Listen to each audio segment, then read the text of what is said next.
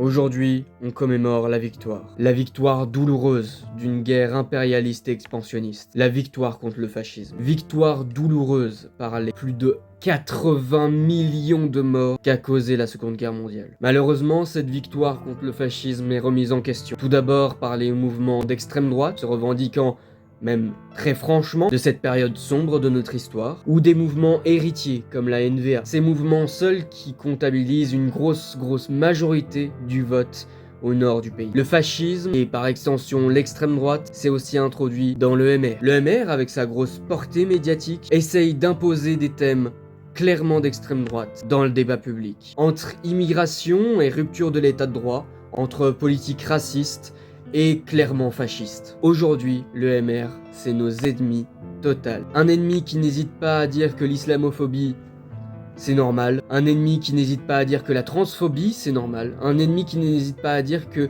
la discrimination, c'est pas si grave.